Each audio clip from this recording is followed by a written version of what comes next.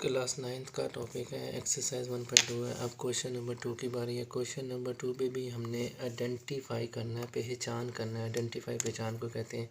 Square matrix कौन है? Square matrix में रो और कॉलम बराबर होते हैं। स्क्वायर मैट्रिक्स में रो और कॉलम बराबर होते हैं स्क्वायर मैट्रिक्स में।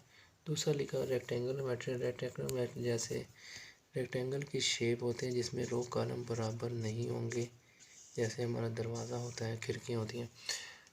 रो मैट्रिक्स आ गया नेक्स्ट। रो मैट्रिक्स में एक रो होगी, सिंगल रो होगी। जिसमें सिंगल रो होगी उसको हम रो मैट्रिक्स कहते हैं।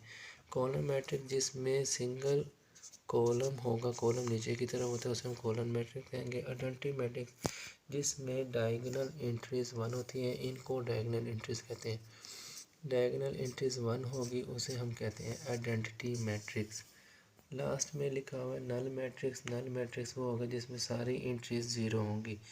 अब इसका पहला क्वेश्चन लिखा हुआ है -8 2 7 12 0 4। अब इसके इस तरफ हमारे पास 2 रो हैं और नीचे की तरफ 3 कॉलम है। रो और कॉलम बराबर नहीं है। रो और कॉलम बराबर नहीं होंगे तो ये रेक्टेंगुलर मैट्रिक्स होगी। दूसरे नंबर पे सवाल लिखा हुआ है 3 0 1। इसमें नीचे की तरफ एक लाइन जा रही है। जो नीचे की तरफ एक लाइन होती है इसे हम कॉलम कहते हैं। इसे हम लिख देंगे कॉलम मैट्रिक्स है।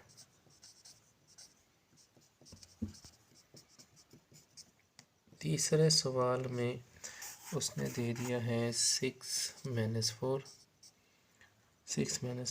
3 - 2। इसमें इस तरफ 2 लाइनें, 2 रोज़ है और नीचे की तरफ भी 2 लाइनें हैं।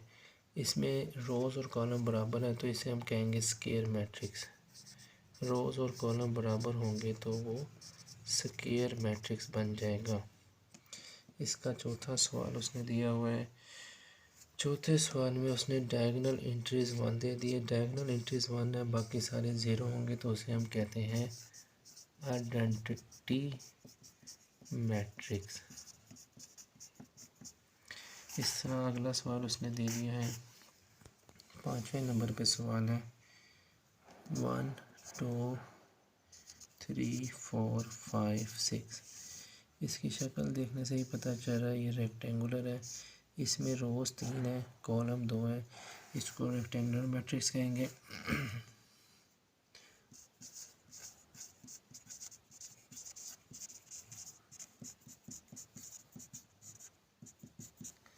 इस तरह आगे मौजूद है छठा सवाल।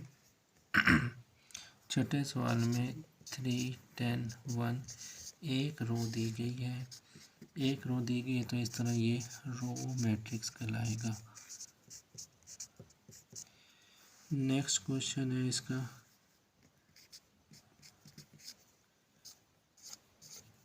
डायगोनल एंट्रीज जो है जब सबसे ऊपर शुरू हो रही है वो 1 है, बाकी 0, तो इसे हम आइडेंटिटी मैट्रिक्स कहेंगे। इस तरह आगे सवाल मौजूद है। इसको आपने